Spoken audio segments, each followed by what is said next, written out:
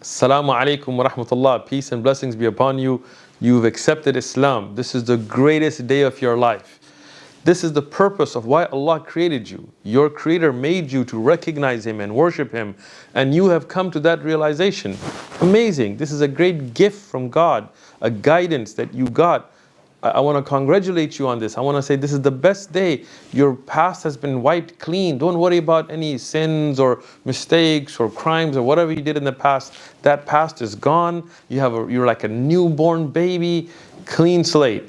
Now, what comes next? First and foremost, you have to ask Allah, your Creator, for guidance and for being steadfast upon this true path now. You found the path, now you got to walk the walk. You got to walk down that path, right? You have to learn.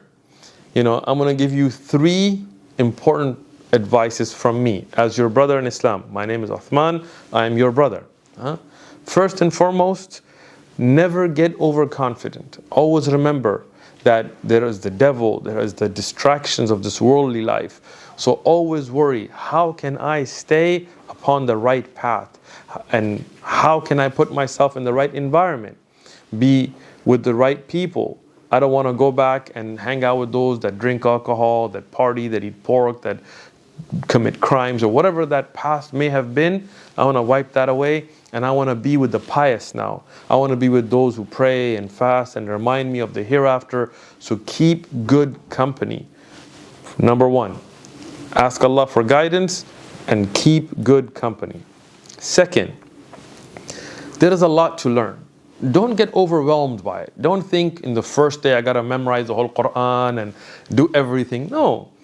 There is a lot to do in worship. We are created for the worship of Allah. So there's a lot of beautiful ways to get closer to Allah.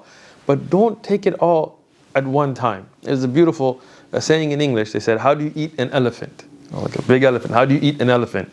One bite at a time, right? So take it one bite at a time. Start setting goals for yourself. I want to learn how to do the ablution, the wudu, the purification before the prayer. I want to learn the wordings of the prayer. These are my goals. I want to learn the small chapters in the Quran by heart. These are my goals. Set your goals. Don't just sit on them. Don't just be like, yeah, someday never comes. Set your goals. By the end of this week, I should have memorized this. By the end of this week, I should be going to the mosque once a day, twice a day. How can I be involved with circles of seeking knowledge and so on? You set those goals. Don't get overwhelmed, but one by one, start taking them on. The last advice that I'll give you, and may Allah make it that we all practice upon it, is always turn back to Allah. You have a relationship with God now. It's not like where you go to a priest and confess. It's not like when you got to go to a rabbi or pay into a church. No. Always have that direct relationship. At night, wake up when everybody's asleep, perform the ablution, start to pray between you and your Creator. And ask Allah for making you steadfast. Have that relationship. And if that relationship starts to falter, when that connection starts to falter, then remedy that by going to the mosque, by reading more Quran, by going and seeking more knowledge. But always worry about keeping that relationship. It's a beautiful spiritual relationship. You have the Quran, the words of Allah, not the words of any man. Read them. You have the authentic Sahih Ahadith that have been preserved from the Prophet, peace and blessings be upon him. Read them. You have the great works of the early scholars like Ibn Taymiyyah and Ibn al-Qayyim and so on. Many of them translated into English. Benefit from them. But with all of that, do it by getting yourself a mentor, a good teacher, somebody who's upon the religion, gives you evidences from Quran and authentic narrations.